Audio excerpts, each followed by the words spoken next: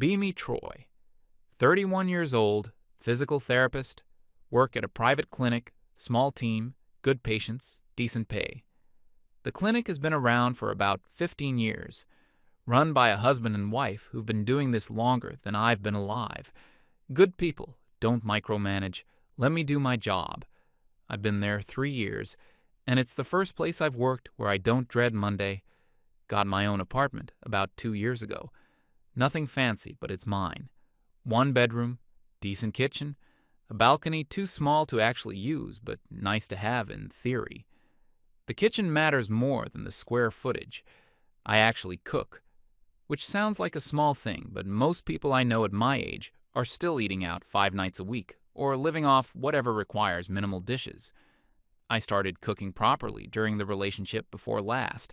She cooked, she taught me a few things, and then after we broke up, I kept doing it. Probably the most useful thing that came out of that situation. The gym is consistent too. 4 times a week most of the time. Nothing competitive, not training for anything, just structure. The kind of structure that makes the rest of the day feel more manageable. I'm not religious about it. If something comes up, I skip without guilt. But most weeks it happens. Life is pretty calm. Not in a sad way. In the way that feels sustainable. I'm not chasing anything urgently right now, which means I'm also not losing anything urgently right now.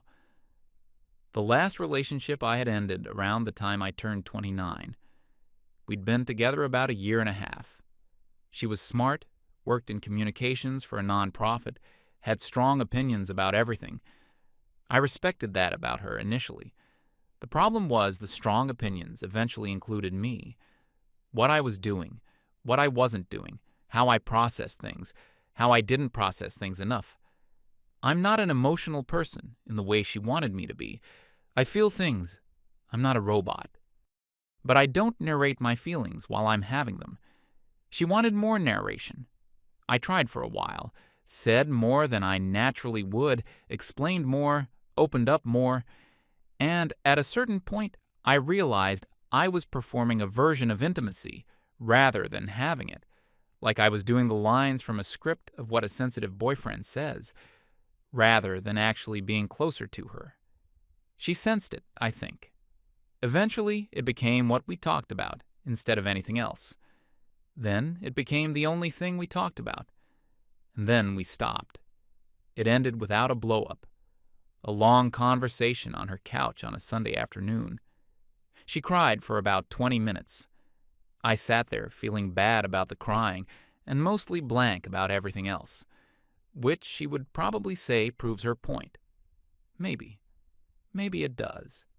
Anyway, spent a year after that not really doing anything socially.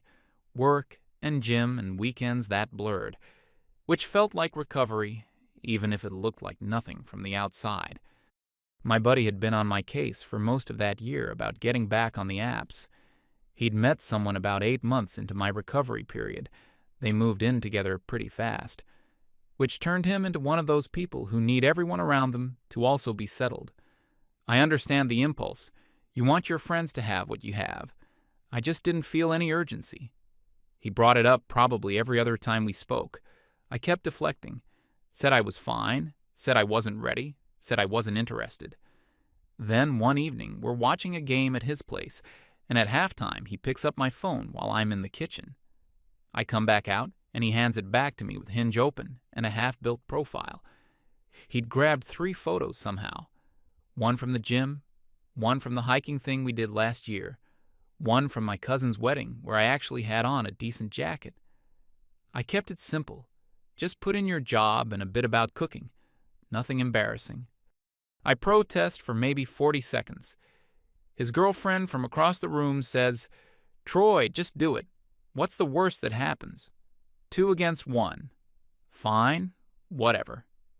He finishes off the profile while I sit there eating chips. I tell him if he writes anything about loving dogs or hiking, he's paying for the next round for the rest of the season. He doesn't. Keeps it clean. Hands it back. Says just use it for 2 weeks and see. I figure I'll open it a few times, tell him nothing's clicking, and we move on. I actually open it the next day at lunch, sitting in the break room at the clinic, finishing a sandwich, start going through profiles. It's the usual spread. Travel photos where someone is on a mountain or a beach looking fulfilled. Group shots where you genuinely cannot identify who you're supposed to be swiping on.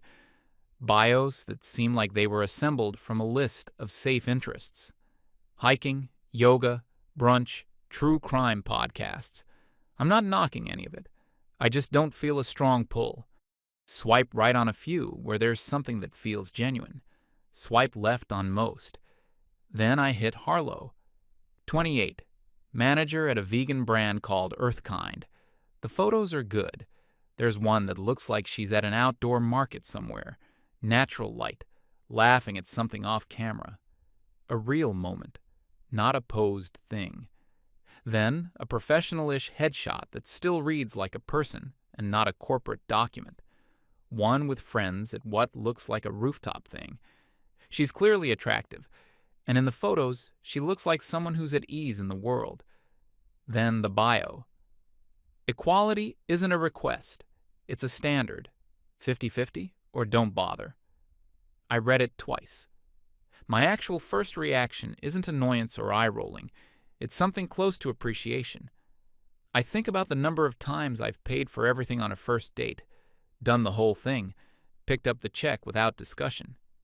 And then, 2 weeks later, she's talking about her values and independence, and I'm sitting there going, well, that seemed fine to you at the table.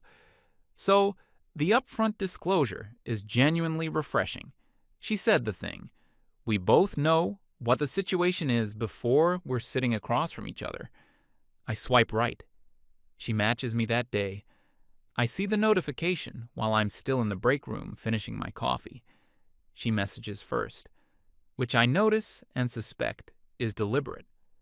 She probably messages first on every match as a point of principle, but the message itself is real. She references something specific from my bio, asks a follow-up question about it, not a generic hey or what's up. I respond with something real. She responds quickly, and we're actually off to a decent start. The conversation over the next few days is good in a way I didn't fully expect. She's sharp, knows how to move things along, doesn't let it go flat. Tells me about the brand, the project she's running, the politics of coordinating across departments. There's a guy in supply chain who was resistant to everything for months, and she finally found the one angle that made him see it as his own idea. That part made me laugh.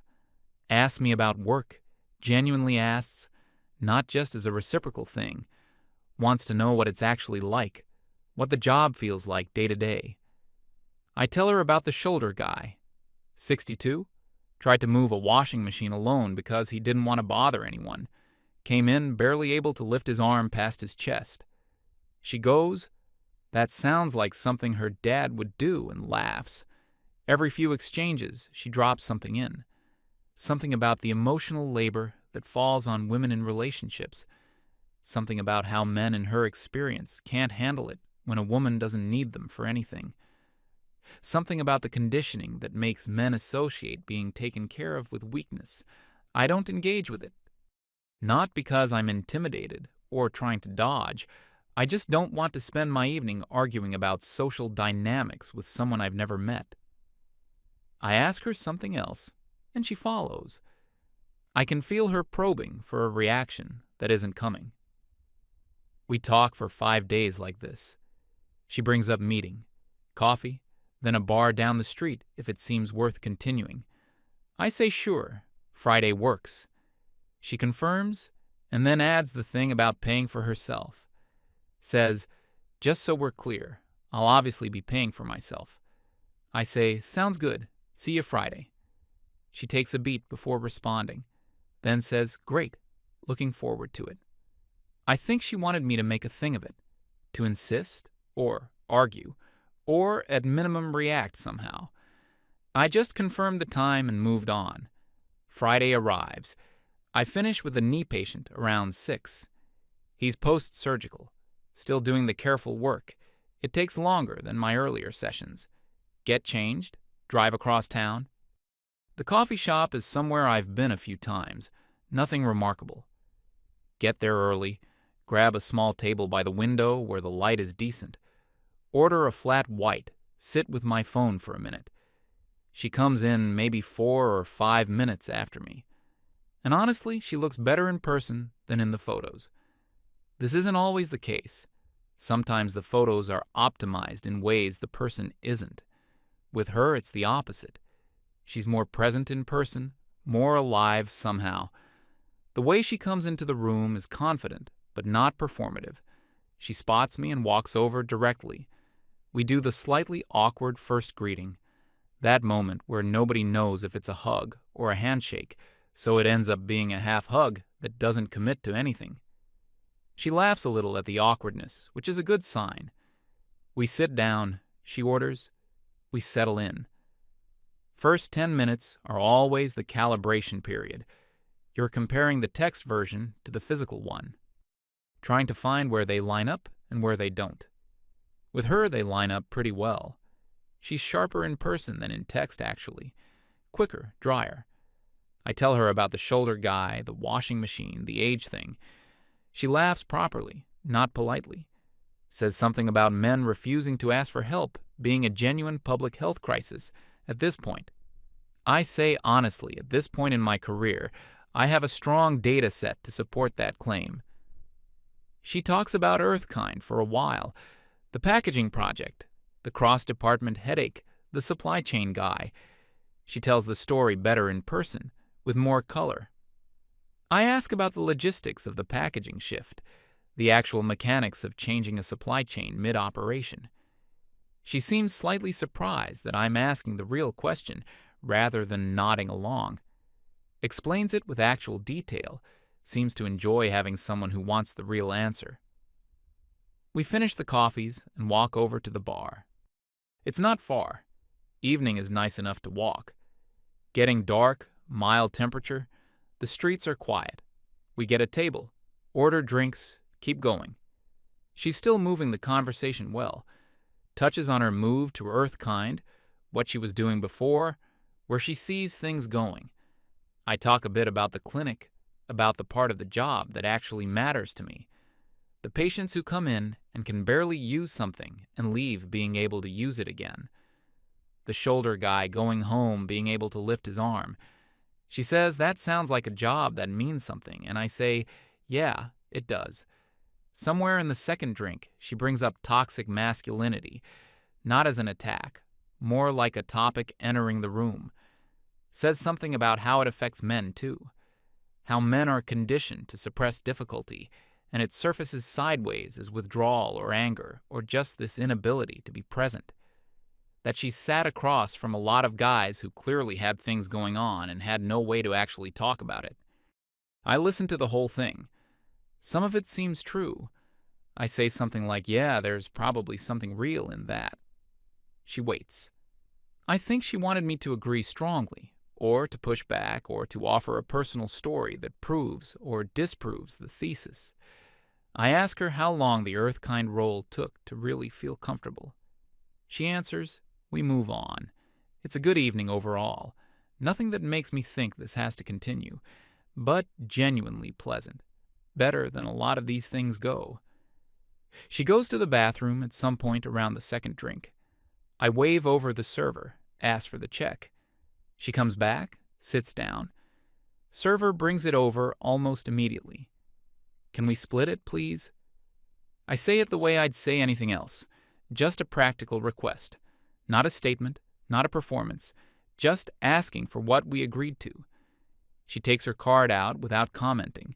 We pay, collect ourselves, put jackets on, walk out. Outside on the pavement. She's standing there. And I can feel her waiting for a next thing. Some signal that this continues.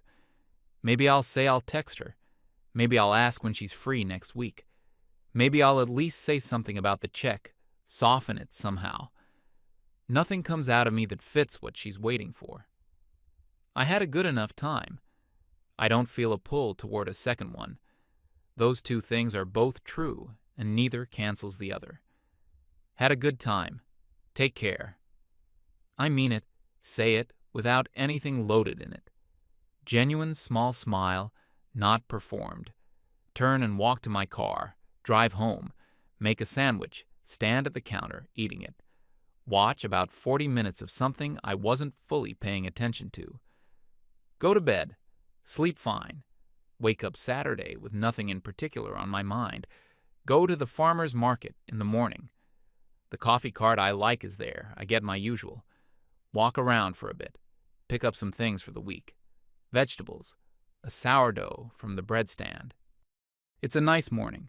Not thinking about anything specifically.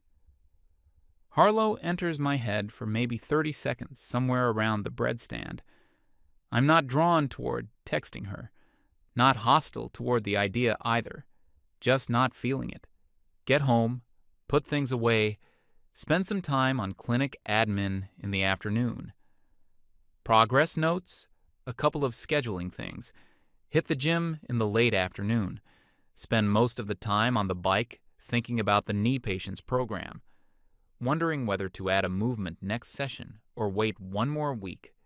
Get home, shower, make food, read for an hour. Sunday is even quieter. A longer walk in the afternoon.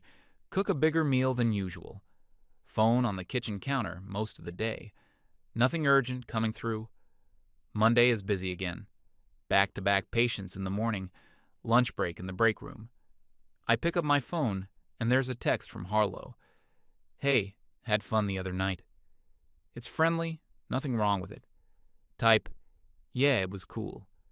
Hope your week's going well. Send. Put the phone down, finish eating. Go back to work. Afternoon sessions, busy until past 5. Packing up my bag, I check the phone.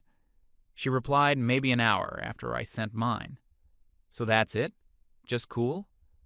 Look at it for a moment. She's not wrong that cool is a low-temperature response. I didn't intend it as a dismissal. I just don't manufacture warmth I don't have. Type, not sure what you mean. I had a decent time, just didn't feel a strong enough connection to push for more. Nothing bad about you, genuinely. Send. Put my jacket on, walk to the car, traffic on the way home. I see the 3 dots appear in the thread while I'm stopped at a light. They stop. Start again. Stop again.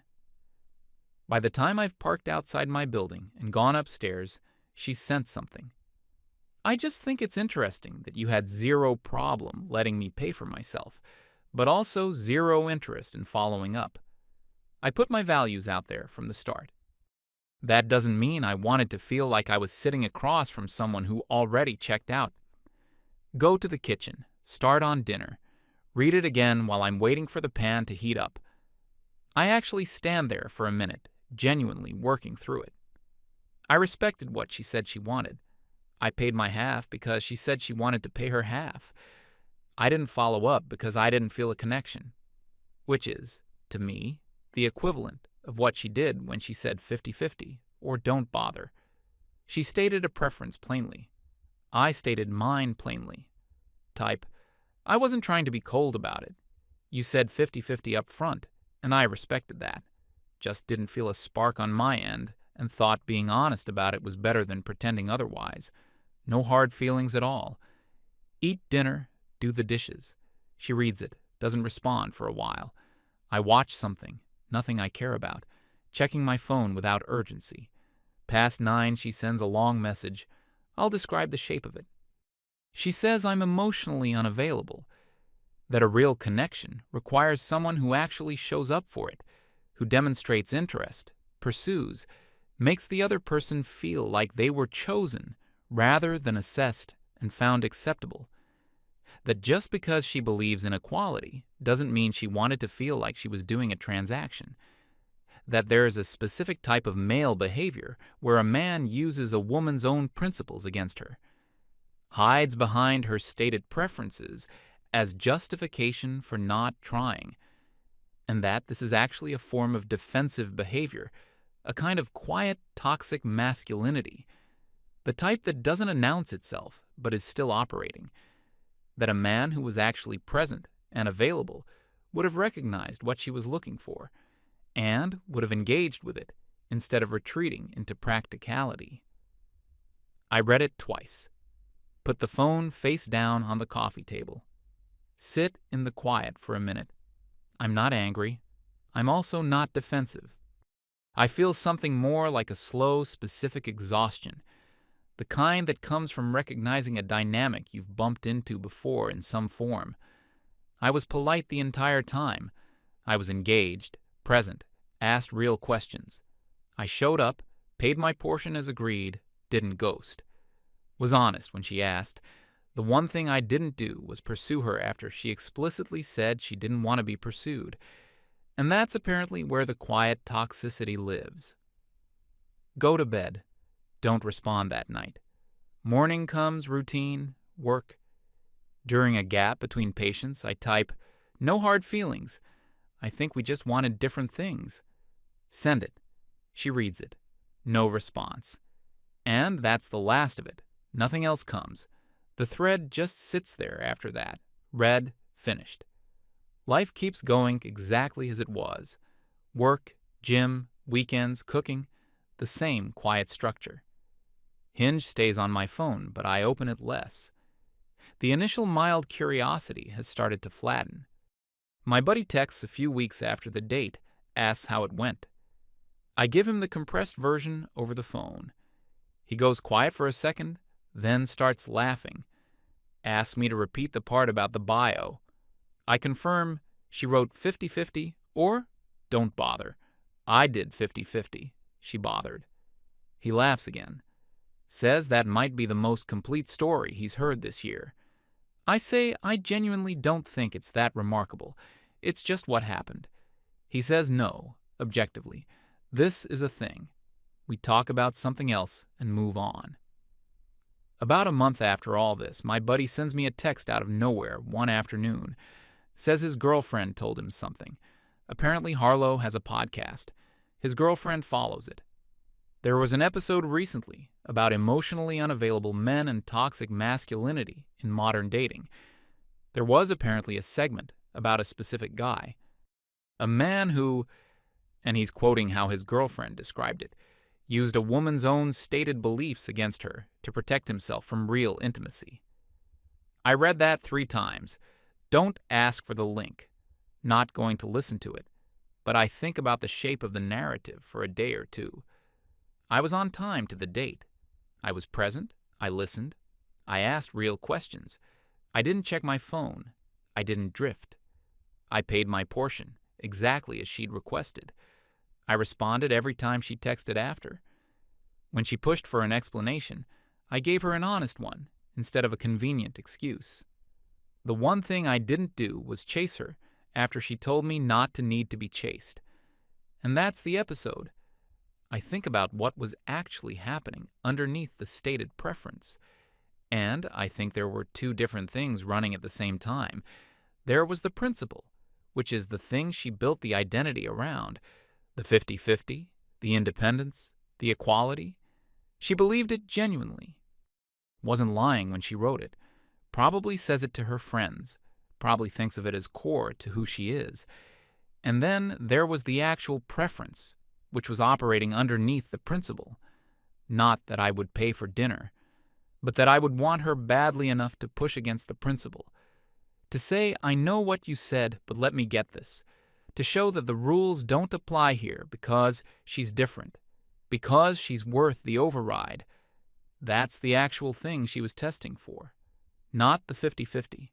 Whether I'd fight the 50-50. And I just didn't. Not as a strategy, not as a point I was making. I took what she said at face value and responded accordingly. And the taking at face value is where the whole thing went wrong. I was supposed to see through it, supposed to understand that the stated preference is the screen and the actual preference is what's behind it. And if you can't read that, you're not emotionally intelligent. You're not meeting her where she really is. You're using her words against her. I sit with that for a while. Not with anger. More like you'd sit with any observation that clarifies something you already half knew. My buddy checks in a few days later, asks if I'm going to respond to the episode or say anything, Tell him no? Obviously not. He says, yeah, smart. We talk about something else. I make dinner that night, take a longer walk than usual after, sit on the couch and read for a while before bed. Nothing dramatically different about the evening, just a Tuesday or whatever it was. After that, the whole thing settles. No more contact with Harlow, no mutual orbit, nothing surfaces. Just two people who went on one date and went separate ways, which is the normal outcome. Except for the podcast episode, but I'm not in it by name, and she doesn't know I know. So that's fine. Work stays consistent. The shoulder patient gets discharged eventually, shakes my hand on the way out, says I gave him his arm back. More dramatic than the clinical reality, but I'll take it. That's the part of the job that actually means something. Watching someone go from barely functional to functional again. New patients come in, the schedule fills, the routine holds. I went on one other date from Hinge maybe 6 weeks after everything with Harlow. Different person, totally different vibe. She works in architecture, quiet, funny in a dry way. Also fine, also no second date. No podcast episode emerged from it, which I take as a sign that both of us just felt the same thing and handled it the same way. No drama, no narrative, just one fine evening that didn't continue. My buddy stopped forwarding profiles every week. I think he's accepted that I'm doing this at my own pace, or he just ran out of profiles he thought were suitable. Either way, I appreciate the reduced pressure. Hinge is still on my phone. I open it occasionally, swipe a few times, see what comes up. No urgency around it. Life is pretty good. Not exciting, not a story, not a podcast episode about anything, just a regular life that works. I know what I'm doing tomorrow and the day after. I'm not chasing anything that's avoiding me. I'm not performing to stay in something that isn't working. That's not nothing. That's actually the whole thing. If I learned anything from the whole Harlow situation, it's probably just a confirmation of what I already suspected, that sometimes the stated preference and the real preference are running completely separately, and the person holding them doesn't necessarily know that. That's not unique to her. It's probably true of most people in some area of their life, including me, probably, in ways I can't see clearly.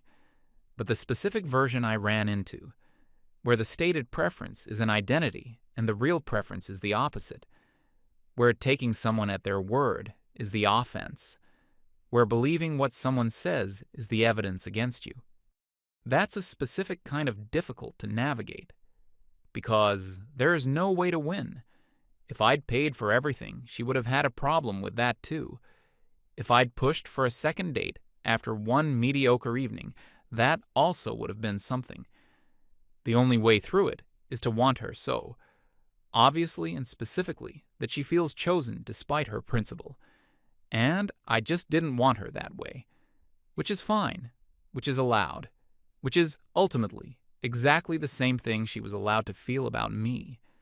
Anyway, still a physical therapist, still in the apartment, still going to the farmer's market when I can, still cooking my own food, still single, still fine with it. My buddy keeps living his settled life and occasionally checking in on me. I'm not running from anything, just going at a pace that feels right. MFW, she wrote 50-50, or don't bother in the bio. MFW, I did exactly 50-50. MFW, that became a podcast episode about quiet, toxic masculinity. MFW. I drove home and made a sandwich and slept fine. Actually, let me go back and fill in a few things I glossed over. The app experience itself was stranger than I made it sound. I'd been off any dating platform for about 2.5 years before my buddy set this up. The last time I'd used one was when apps were less of a whole lifestyle and more of a thing you tried and forgot about. Coming back to it now felt different, more saturated, more performative somehow. Every profile felt like it was optimized for something, not necessarily for meeting a person, but for presenting a version of a person that looks good on the platform. Which makes sense. I get why people do it. But it creates this weird distance between the profile and the actual human. You swipe right on an image and a list of interests. You talk to a writing style, and then eventually you meet whoever is actually behind all of that. And sometimes there's barely any gap, which is good. And sometimes the gap is significant, and you're sitting across from a stranger. Harlow's gap was small, which I already said, but the conversation leading up to the date had its own texture I didn't fully describe. The thing about the ideology drops. She'd be in the middle of a perfectly normal conversation about her job or a restaurant or whatever, and then something would come in. It was never a full argument, just a statement, like a flag being planted, testing whether I'd salute it or question it. And when I did neither, she'd wait a beat and then let it pass. I'm not saying she was doing it deliberately. I think she genuinely thinks about those things a lot, and they just surface in conversation. But the frequency of it created a mild background hum. Like every third message was a small ideological checkpoint. I passed them by not engaging, which I suspect wasn't the pass she was looking for. The actual pass she wanted was probably different. Maybe for me to engage thoughtfully, to demonstrate that I'd thought about these things, to show I was the kind of man who could have that conversation without defensiveness.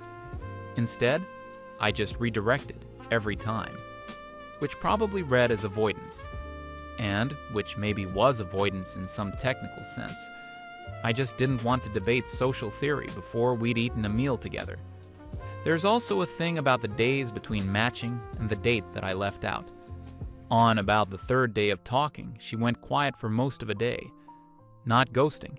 She came back that evening, but noticeably quieter. I didn't push, didn't check in about it. When she came back, she said she'd had a long day at work. Supply chain thing, some internal disagreement that blew up into a meeting that ate her afternoon. She vented for a few minutes about it. I asked a couple of questions. She said something like, "It's nice that you actually ask follow-up questions instead of just waiting for me to finish," which told me something about her previous experiences.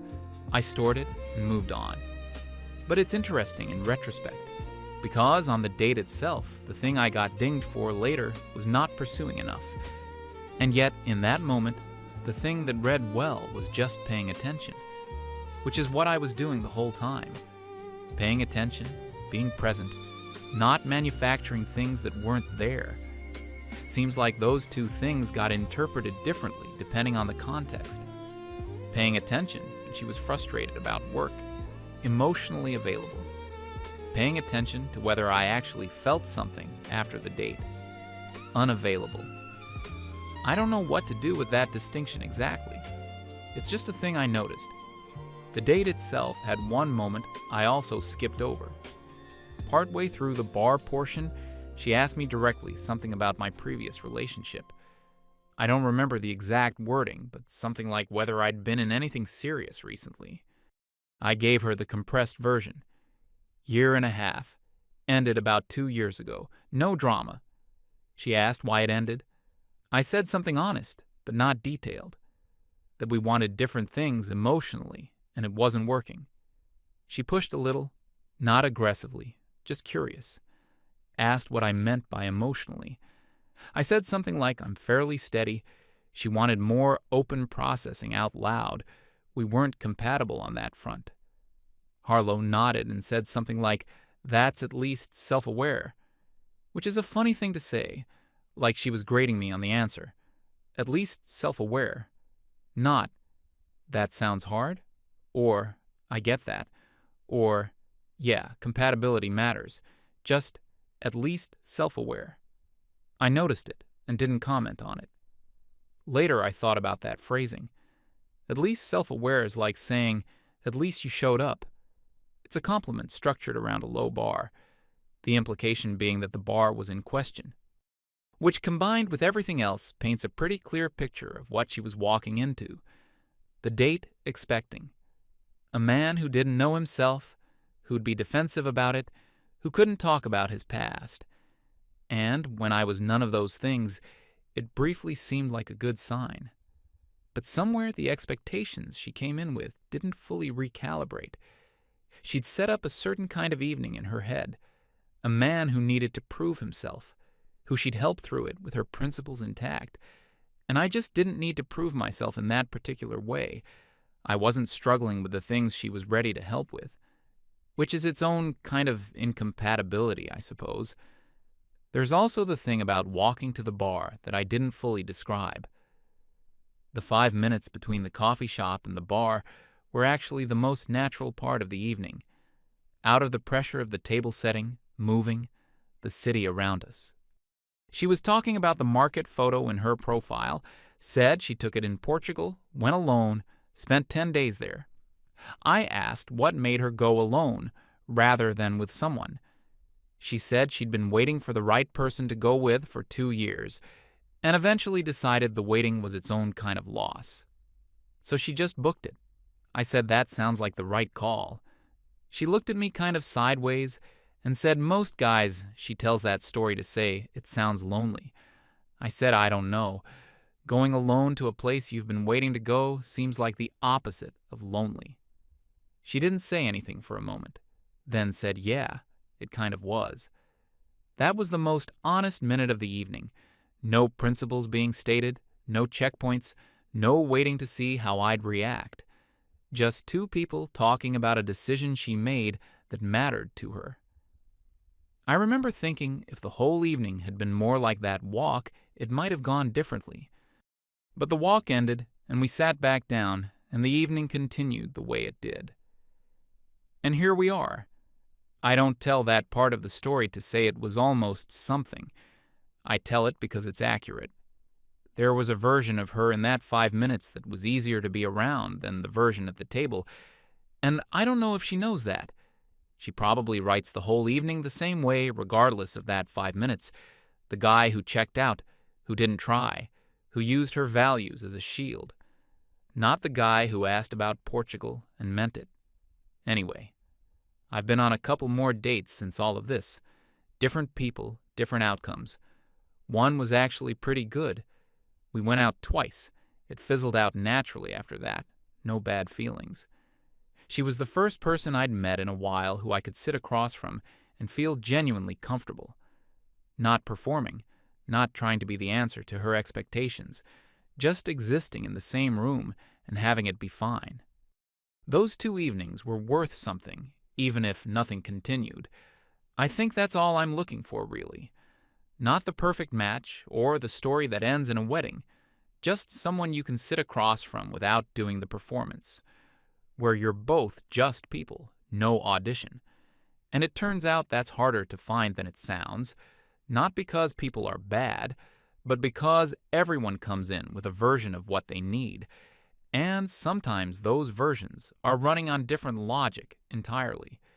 And you only find that out by actually sitting across from them, which requires doing it over and over, which gets tiring in the way any repetitive thing gets tiring. But I haven't given up on it, haven't written off the whole thing, just doing it at a pace that doesn't grind me down, opening the app when I feel like it, not when I feel like I should.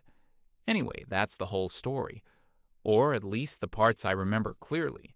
The rest is just regular life, which is mostly what life is.